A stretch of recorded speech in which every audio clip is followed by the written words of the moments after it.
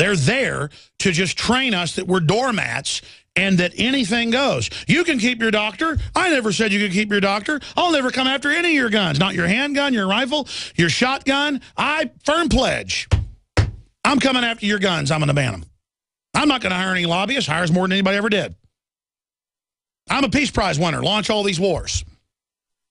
Patriot Act, I'm going to repeal it, expands it, puts the NDAA in to secretly disappear American citizens. On and on and on and on and on and on. By design, psychological warfare on record to totally condition you to put up with anything.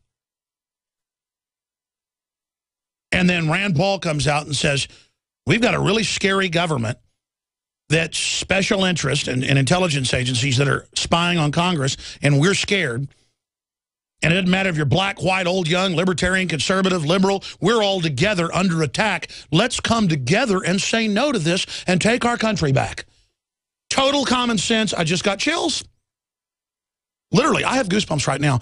And people say, well, why? That's just common sense. Because it's being said. And in a world of universal deceit, telling the truth is a revolutionary act. We can stop all the abortion and the demographic plunge in this country. You know, we need 56 million people to keep the economy going into the next generation. It's funny, they killed 54 mil.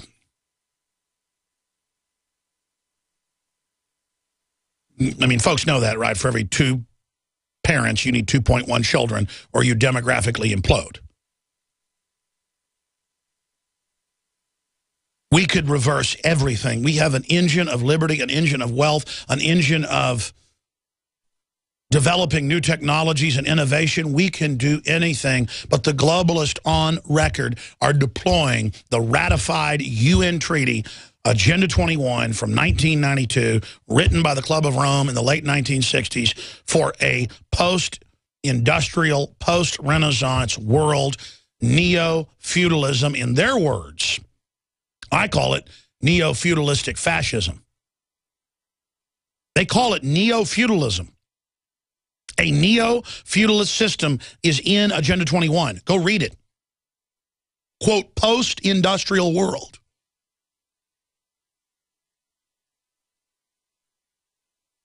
But not even a post-industrial world to have local sustainable communities. If communities chose that, that would be their issue. Maybe I want to live in a post-industrial area. But you better understand something. The globalists aren't going to be post-industrial. They're going to Alpha Centauris. They're going into the depths of the human mind and exploration. They're going into life extension area. And they want you and I and our progeny to not share in the fields, the golden fields, the green fields, the Pelennor fields of Elysium. If you're a new listener, please don't send me an email saying Elysium is a movie. I know that. Elysium is a Greek demigod heaven of great mortals who become sub-gods and transcend death because the gods admired them. That's what Elysium is. So when I talk about Elysium, I don't mean it as a real place for the New York Times does an article. It's an idea, and the elite believe they are building Elysium for themselves. I want access to Elysium! And I've been telling you for 18 years I want access to Elysium. And I want you to have access to Elysium. And I want those of us that are harder working and smarter, the artists, the creators, the musicians, the scientists, through free will to attain even greater success, to pull up humanity, not to allow a tiny elite to shutter humanity so they can control us. And I know I repeat that like an emergency lighthouse beacon, because I'm telling you the main prime engine driver, the prime core directive of the eugenicist-based planetary regime is what you're being told here. It is not disputed. It is in thousands of publications, books, and magazines. It is the religion publicly operating by the elite in their global technotronic era takeover. And I do not like the people running it, A. B, something that's centralized will magnify their mistakes and their errors, and it shudders humanity. It is an absolute abomination what is being constructed with our energy, our will, our spirit, our creativity to be put into this grid they're building. And once this grid is built, ladies and gentlemen, it is like the Ring of Mordor. The essence of humanity is being forged into this grid. And if the ring is completed, if the technotronic system, the future predicting, future controlling mega grid is completed and is forged in hate and in malice and in evil with the spirit of this world in it, humanity will have to be thrown into the flame to purge the system. You understand that? No flesh would be spared.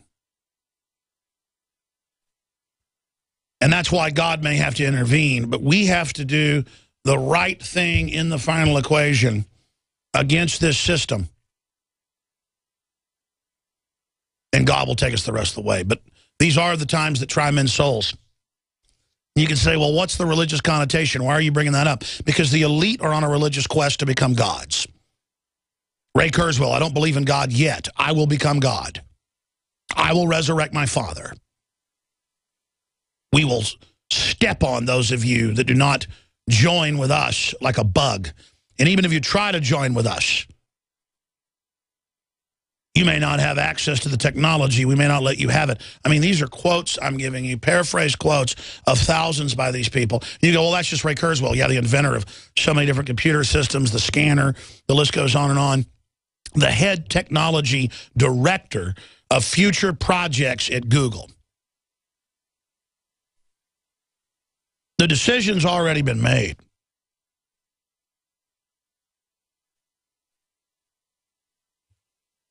Now, people ask me, want to come over and watch the football game or watch a basketball game? Hey, want to come? Sure, I can come over and have a barbecue with a baseball game on in the background. But I sit there and see the propaganda. I sit there and see the manipulation. I sit there and watch, the kids walk by with their iPads or whatever, already plugged into the Matrix. And I'm not judging anybody. I just see us losing our humanity. And the people driving this evolution, as they call it, are the equivalent of technotronic vampires and have great ill will towards humanity. This is not some ring of power being forged to empower humanity and the human will towards good, like the Green Lantern ring, to use archetypal lore. This is a ring of evil, a ring of betrayal, a ring of death, a ring of destruction, a ring of darkness.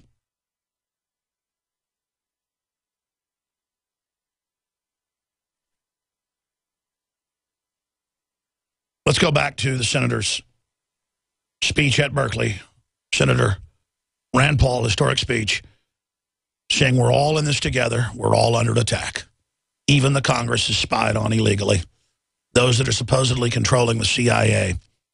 Ladies and gentlemen, the CIA was funded by British intelligence out of OSS in 1945 at the end of World War II.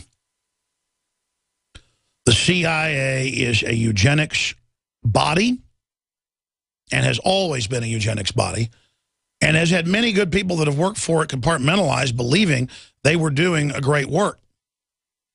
But the CIA and the 1947 National Security Act is the coup against the legitimate government.